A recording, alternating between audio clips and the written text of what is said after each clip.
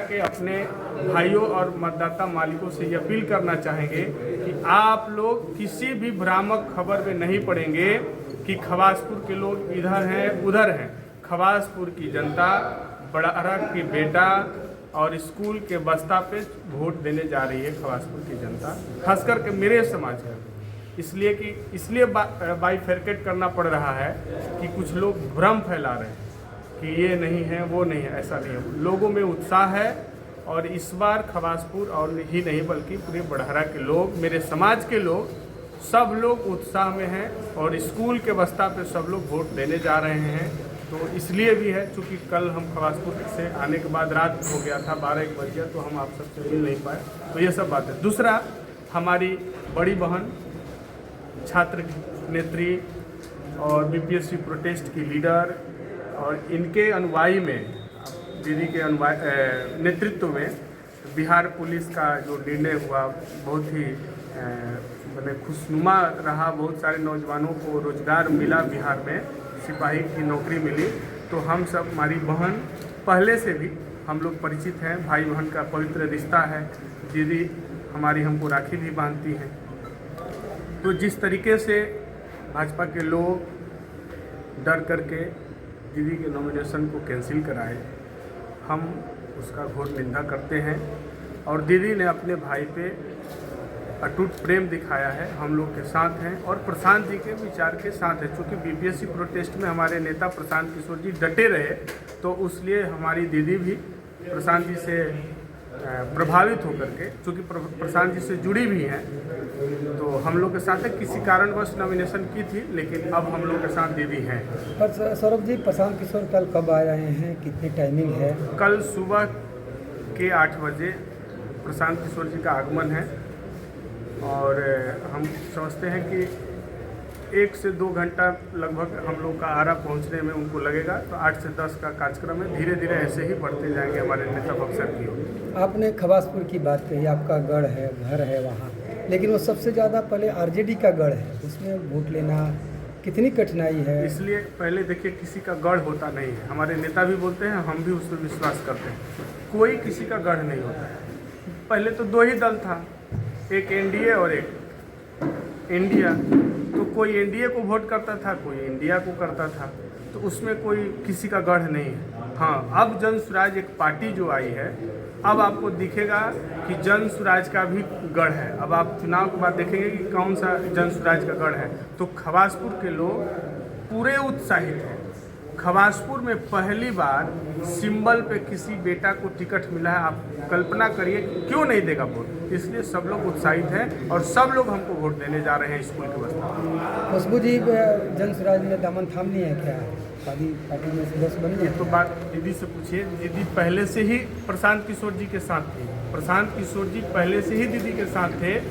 प्रशांत किशोर जी दीदी के जो बीपीएससी का प्रोटेस्ट था, इनके साथ कंधा से कंधा मिला करके प्रशांत जी दिन और रात एक करके बैठे रहे। आप लोग देखे होंगे गांधी मैदान में हमारे नेता बैठे थे।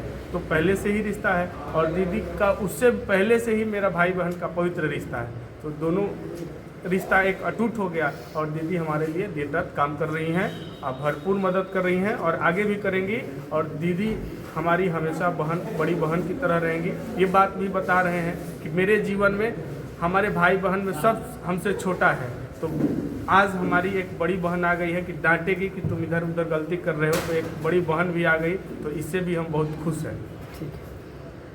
देखिए, जैसा कि सौरभ ने बताया भी कि जन स्वराज में मैं अभी से नहीं हूँ। जब बीपीएससी प्रोटेस्ट के टाइम प्रशांत भैया हमारे साथ कंधा से कंधा मिलाकर हर संघर्ष में हम उनके साथ थे, लेकिन कुछ बीच में हम लोग अलग हो गए थे। क्या हुआ था कि बीपीएससी में हम जेल चले गए थे। उसके बाद आने के बाद हमारी मुलाकात ही नहीं हुई। उसके बाद मुलाकात हुई, भैया को बिल्कुल भी नहीं पता था कि हम चुनाव लड़ने वाले हैं। और जब नामांकन रद्द हुआ तब जन स्वराज में पता चला कि खुशबू भी चुनाव लड़ रही है। और हम लोगों का, सौरभ का, हमारा रिश्ता भाई बहन का पहले से। दूसरी बात की हर पार्टियों का ऑप्शन है और प्रशांत किशोर ही क्यों, क्योंकि ये बिहार के युवाओं को समझना चाहिए कि जितनी पार्टियां, पक्ष हो या विपक्ष हो, सिर्फ और सिर्फ जुमलेबाजी की है और कहीं ना कहीं जनता के साथ खेला है, भावनाओं के साथ खेला। हमारे बड़ारा विधानसभा के जितनी भी जनता है वो इतनी मतलब भोली भाली जनता है, लेकिन यहाँ के जो राजनीतिक पार्टियां हैं वो सिर्फ और सिर्फ हमारे भावनाओं के साथ खेले।